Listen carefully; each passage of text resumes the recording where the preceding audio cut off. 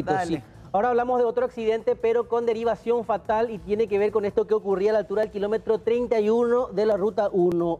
Barrio Posta Gaona, ciudad de Itá. En ese tramo se produjo el accidente que derivó en la muerte de un sexagenario. El hombre fue arrollado por una motocicleta cuyo conductor también resultó con graves lesiones.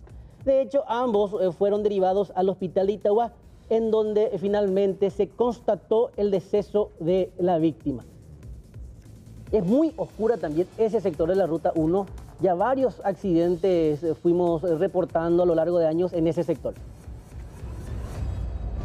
Tenemos una persona fallecida de 63 años y el conductor de esta motocicleta que tiene 19 años. Un accidente de tránsito en el kilómetro 31,5 del cruce de Las Piedras. Ocurrió 20 horas y el deceso se produjo 21 horas en el hospital de Itagua. ¿Fallece quién? Fallece el transeúnte que trató de cruzar la ruta y el conductor de esta motocicleta también se encuentra con varias lesiones al caer en el pavimento. Cayó el pavimento. Sí, señor. ¿Dónde fue derivado Al hospital, ambos fueron derivados a bordo de una ambulancia hasta el hospital donde salió nuevamente y se le practicó la prueba del alcotest con 0 resultado. Cruza el señor de norte a sur que, según testigo, el motociclista trató de esquivarle otra vez nuevamente y le embistió ahí. La víctima fatal es Andrés Costa, de 63 años, y el conductor de la motocicleta Aldo Atilio del Valle Galván, 19 años. ¿A qué altura ocurrió? 31,5 cruce Las Piedras.